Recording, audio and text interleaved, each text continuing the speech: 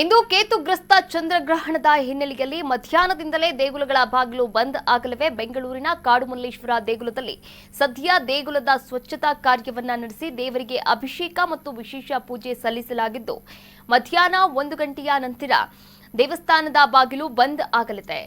ಇನ್ನು ಈ ಬಗ್ಗೆ ನಮ್ಮ ಪ್ರತಿನಿಧಿ ದೇವಸ್ಥಾನದಿಂದ ಪ್ರತ್ಯಕ್ಷ ವರದಿಯನ್ನ ಮಾಡಿದ್ದಾರೆ. ನೋಡ್ಕೊಂಡು ಬರೋಣ ಬನ್ನಿ.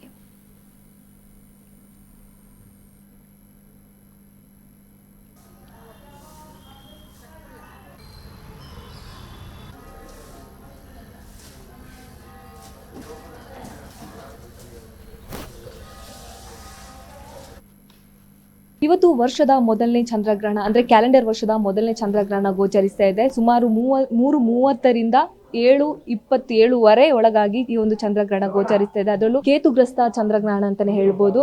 ಇನ್ನು ಇವತ್ತು ಸದ್ಯಕ್ಕೆ ನಾನಿವಾಗ ಬೆಂಗಳೂರಿನ ಕಾಡುಮಲ್ಲೇಶ್ವರ ದೇವಸ್ಥಾನದಲ್ಲಿ ಇದ್ದೀನಿ. ಇಲ್ಲಿ ಬೆಂಗಳೂರಿನ ಸಾಕಷ್ಟು ದೇವಾಲಯಗಳಲ್ಲಿ ಪೂಜಾ ಸಮಯದಲ್ಲಿ ಸಾಕಷ್ಟು ಬದಲಾವಣೆಗಳನ್ನು ಕೂಡ ಕಾಣಬಹುದು. ಕಾಡುಮಲ್ಲೇಶ್ವರ ದೇವಸ್ಥಾನದಲ್ಲಿ ಬೆಳಿಗ್ಗೆಯಿಂದ ಎಂದಿನಂತೆ ಪೂಜೆ ಕಾರ್ಯಗಳು ಕೂಡ ನಡೆದಿದೆ. ಹಾಗೆಯೇ ದೇವರಿಗೆ ಇವತ್ತು ಹೋಳಿ ಹುಣ್ಣಿಮೆ ಆಗಿರೋದ್ರಿಂದ ಬೆಳಿಗ್ಗೆಯಿಂದಲೇ ಸಾಕಷ್ಟು ಜನ ಭಕ್ತರು ಕೂಡ ದೇವಸ್ಥಾನಕ್ಕೆ ಬಂದು ದೇವರ ದರ್ಶನವನ್ನ ಕೂಡ ಪಡೆದುಕೊಳ್ತಾ ಇದ್ದಾರೆ. ಇನ್ನು ದೇವಾಲಯದಲ್ಲಿ ದೇವಿಗೆ ಕೂಡ ಸಾಕಷ್ಟು ವಿವಿಧ ಹೂಗಳಿಂದ ಕೂಡ ಅಲಂಕಾರವನ್ನ ಕೂಡ ಮಾಡಲಾಗಿದೆ. ಸಾಕಷ್ಟು ಜನ ಭಕ್ತಾದಿಗಳು ಕೂಡ ದೇವಸ್ಥಾನಕ್ಕೆ ಬಂದು ದೇವರ ದರ್ಶನವನ್ನ ಕೂಡ ಪಡೆದುಕೊಳ್ತಾ ಇದ್ದಾರೆ. ಸದ್ಯಕ್ಕೆ ಇವತ್ತು ಕಾಡುಮಲ್ಲೇಶ್ವರ ದೇವಸ್ಥಾನದ ಅರ್ಚಕರೇ ನಮ್ಮ ಜೊತೆ ಇದ್ದಾರೆ. ಅವ್ರನ್ನ ಮಾತಾಡಿಸ್ತಾ ಹೋಗ್ತೀನಿ. ಗುರುಗಳೇ ನಮಸ್ಕಾರ. ಇವತ್ತು ಚಂದ್ರಗ್ರಹಣ ಆಗಿರೋದ್ರಿಂದ ಪೂಜಾ ಸಮಯದಲ್ಲಿ ಒಂದಷ್ಟು ಬದಲಾವಣೆಗಳನ್ನ ಕಾಣಬಹುದು. ಯಾವ ರೀತಿ ಬದಲಾವಣೆಗಳಾಗಿದೆ ಅಂತ?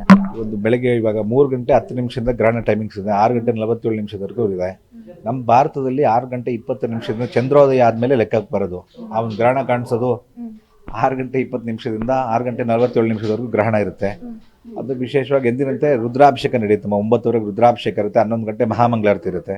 ಅದಾದ್ಮೇಲೆ 12:00ವರೆಗೆ ಕ್ಲೋಸ್ ಆಗುತ್ತೆ. 12:00ವರೆಗೆ ಕ್ಲೋಸ್ ಆಯ್ತು ಅಂದ್ರೆ ಗ್ರಹಣ ಮೋಕ್ಷ ನಂತರನೇ ತೆಗೆಯೋದು. 7 ಗಂಟೆಗೆ ತೆಗೆದಿರ್ತೀವಿ. ತಿರ್ಗಾ 7 ಗಂಟೆಗೆ ವಿಶೇಷ ಗ್ರಹಣ ಮೋಕ್ಷ ಆದಮೇಲೆ 7 ಗಂಟೆಗೆ ಜಲಾಭಿಷೇಕಕ್ಕೆ ಪುಣ್ಯಾವಚನೆ ಆಗಿ ಜಲಾಭಿಷೇಕ ಆಗಿ ಪಂಚಾಮೃತ ಅಭಿಷೇಕ ಆಗುತ್ತೆ.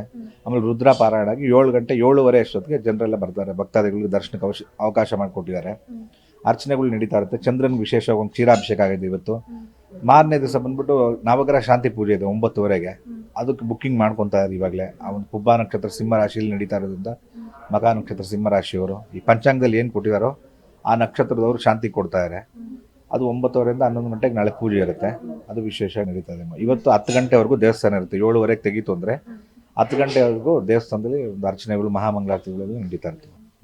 ಇನ್ನು ಬಾಣಂತಿಯರು ಇರ್ಬೋದು, ಗರ್ಭಿಣಿಯರು ಇರ್ಬೋದು, ಅಥವಾ ವಯಸ್ಕರಿಗಿರ್ಬೋದು. ಬಾಣಂತಿಯರಿಗೆಲ್ಲ ಇದು ಇದಾಗಲ್ಮ.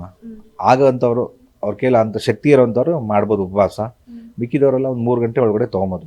ಭಾರತದಲ್ಲಿ 6 ಗಂಟೆ 20 ನಿಮಿಷದಿಂದ 6 ಗಂಟೆ 47 ನಿಮಿಷದವರೆಗೂ ಮಾತ್ರ ಕಾಣಿಸೋದು. ಇಲ್ಲಿ 19 ನಿಮಿಷ ಕಾಣಿಸುತ್ತೆ ನಮ್ಮ ಬೆಂಗಳೂರಿಗೆ.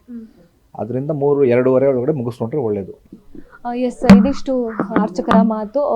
ಇಲ್ಲಿ ಸಂಜೆ 7:00ವರೆಗೆ ದೇವಸ್ಥಾನ ಓಪನ್ ಆಗಿ ನಂತರ ದೇವಸ್ಥಾನದ ಗರ್ಭಗುಡಿಯನ್ನ ಶುದ್ಧೀಕರಣವನ್ನ ಮಾಡುವಂತ ಕೆಲಸ ಕೂಡ ನಡೆಯುತ್ತೆ. ಸುಮಾರು 10 ಗಂಟೆವರೆಗೂ ಕೂಡ ದೇವಸ್ಥಾನ ಓಪನ್ ಇರುತ್ತೆ. ಜೊತೆಗೆ ಆನಂತರ ಭಕ್ತಾದಿಗಳು ದೇವರ ದರ್ಶನವನ್ನ ಕೂಡ ಪಡೆದುಕೊಳ್ಬಹುದು. ಎಸ್, ಕ್ಯಾಮ್ರಾ ಪರ್ಸನ್ ಪವನ್ ಜೊತೆ ಕೀರ್ತಿ, ಕರ್ನಾಟಕ ನ್ಯೂಸ್ ಬೀಟ್, ಬೆಂಗಳೂರು.